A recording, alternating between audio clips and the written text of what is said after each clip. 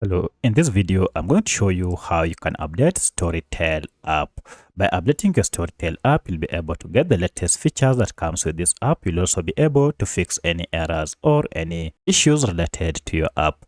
If you find this video helpful, I'll kindly request that you support me by liking the video and also by subscribing to this channel.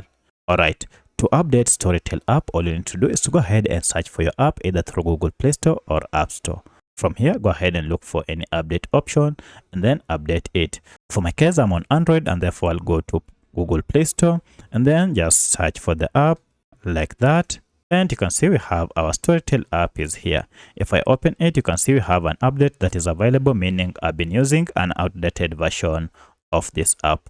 To update it, go ahead and tap on update, and this will go ahead and download the latest version of this app and install it on my smartphone. Once the app has been installed, you can proceed and tap on open to start using this Storytel app.